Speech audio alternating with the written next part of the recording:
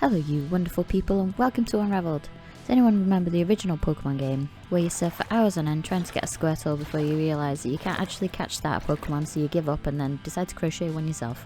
I managed to find this wonderful turquoise for the turtle boy, so I went ahead and made this head that is exactly the same as the one I made for Pikachu, which you can check out in the card up there. So now we have a chrome dome stuffed with promise, well, polyester.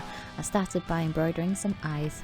I have a great tendency towards making things asymmetrical, so obviously I designed Squirtle's facial expression to be quite symmetrical.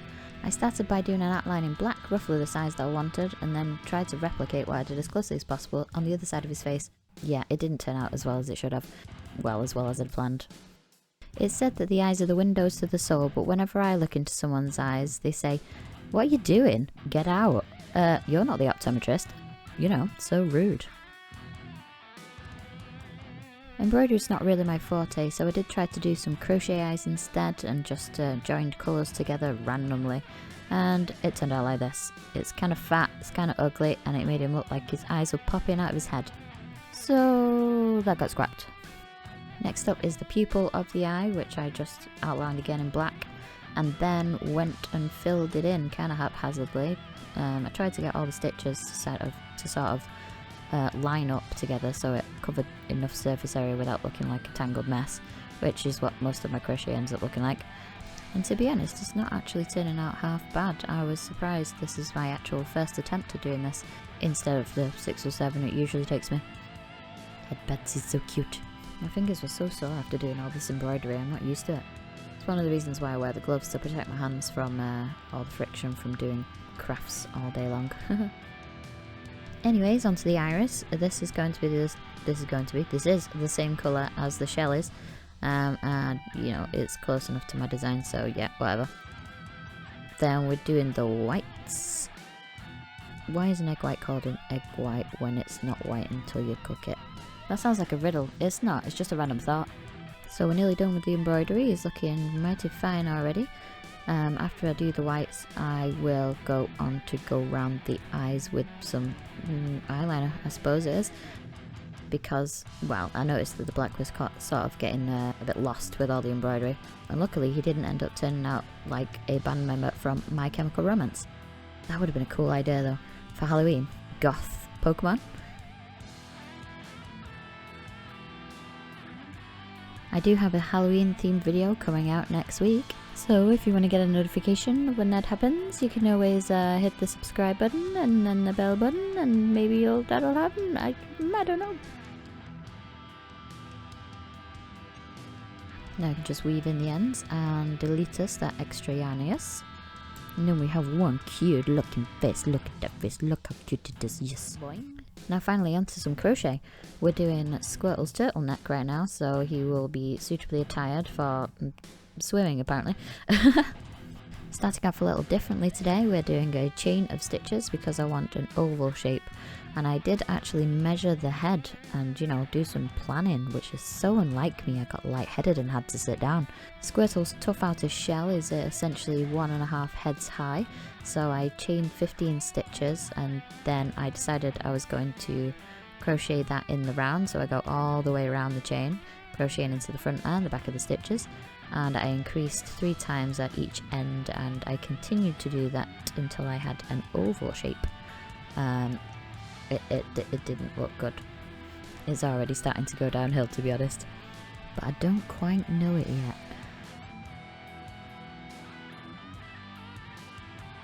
Still concerned it was going to be far too long, and I think I got halfway through this bigger version, but just wait and see. So as I'm going around the oval, I'm increasing at each end 3 times on every round, so I make a flat oval first, like every forbidden fam cake. What's a fam cake? Forbidden pancake ever made. I should crochet a breakfast. Full English breakfast. I don't know why I decided to do that, but I've decided to do that. Anyway. It's at this point it was really decision time. You can see it's already bumping up a bit at the top and the bottom. So I decided to continue anyway, knowing full well that it will take me twice as long to redo it in a smaller shape, but I am stubborn. This is the point where I finally decided to call it a day, and it looks like Donkey Kong's stomach, which is an idea I am writing down for the future. God, I'm full of ideas today. So this is what it looks like when I redid it. You can see that the bow is not as pronounced and we're not got so much puckering, so it looks more like a belly and less like a strange mutated bean. So after getting back to where I was when I decided to quit and start again, I'm now decreasing to make it a flattened oval shape and more of a shell instead of a monkey belly. Ooh, forbidden candy floss time. So I have took the hook off and left the stitch live on my finger so I don't accidentally undo all of my work so far, which I have done before. So we stuff until it feels fat enough. I always tend to overstuff instead of understuff because I've done that before as well, where you end up the fluff loses all its fluff quite quickly. And instead of fixing it, I just put it at the back where I don't have to look at it. Oh no, I hate this bit. It took me so long to try and close this gap up. This is why I try and make it as small as possible before I stuff it, and then try and like wiggle the way around to get these bloody stitches in, because no matter how hard I tried, I could not get them to like just join together. Oh, the cat's here. You alright, my lovely? The Kit Kat does interrupt me so often. I'm thinking of starting a cat counter and then just adding at the end of the video just all the times that he's interrupted me whilst filming. If you remember the first Mario Kart game, I'm pretty sure that the brown shells used to be closer to this brown than to this brown. Look out, Mario! Ooh. Now onto Squirtle's lovely little tail. I have a working theory. Because his tail's always curled up, is it actually a tentacle and not a tail? Because turtles' tails don't look like that. Anyway, I'm starting with the same technique as I did with the hell shell. So I'm crocheting a chain of stitches, I think this is 6 or 7. And then I'm going to crochet along the whole chain, increase at each end 3 times, and then crochet along the back side, increasing every row as I go so we get a lovely oval. And the cat again. Hello. Stitch markers are the bane of my existence, but because of the hell shell problems that I had, I kinda had to use them because I was increasing in the wrong place, and that's why I think it caused the weird puckering at the increases, so it looked like it was I don't know, he had a crease ironed down his front in the end. So I put these at either end so I knew exactly where to increase. As you can see, I'm not used to using them either, so I actually crocheted them onto the back side, making them virtually useless because they ended up all on the inside where I couldn't see them. As you can see though, the oval is turning out a lot flatter than the other one. We've not really got any of that weird increases, offset increases. We are still getting a little bit of like a crease, but as we go along it sort of evens itself out. After increasing, we just double crochet straight for however many rows it was. I think it's the same amount of rows I increased to create like a lovely tail shape, I suppose. Forbidden candy floss time. Yes, yes. I should not be that excited for polyester. Anyway, stuffing also kind of helped to like sort out any of the irregularities I had in my crochet as well. It's another reason why I like to overstuff. I really crochet really tight as well, so you can't really see the stuffing.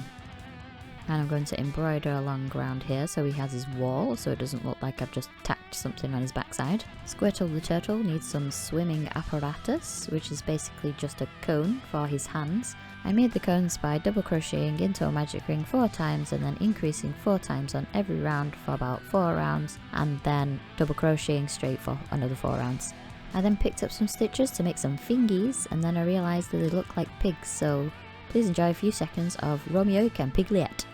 Thus from my lips by yours my sin is purged. Then have my lips the sin that they have took. Mwah. You kiss by the book. Anyway, enough Shakespeare shenanigans. I made some feet, and across this ridge we're going to pick up 3 stitches per toe for 3 toes.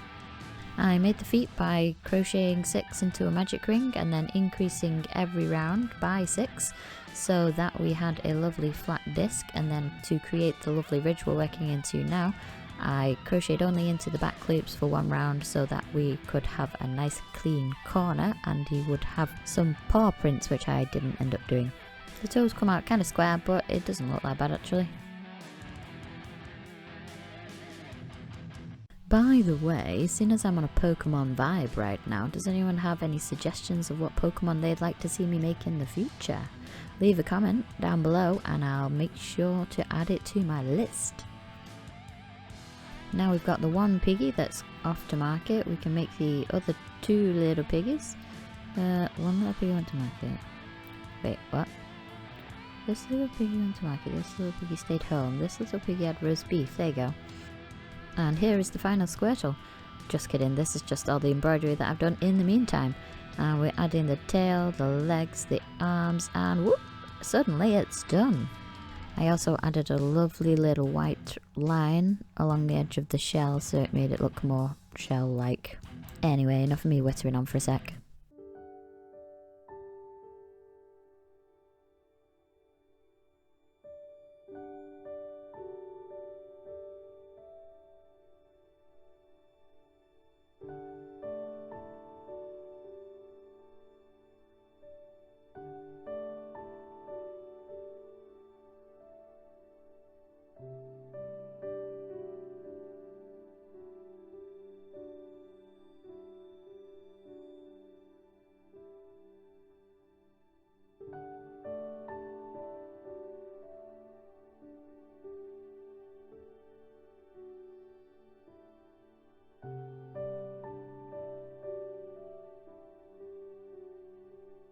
Thank you so much for watching, especially if you made it this far. If you liked what you see and see what you like, then please subscribe. Every new subscriber makes me really, really happy.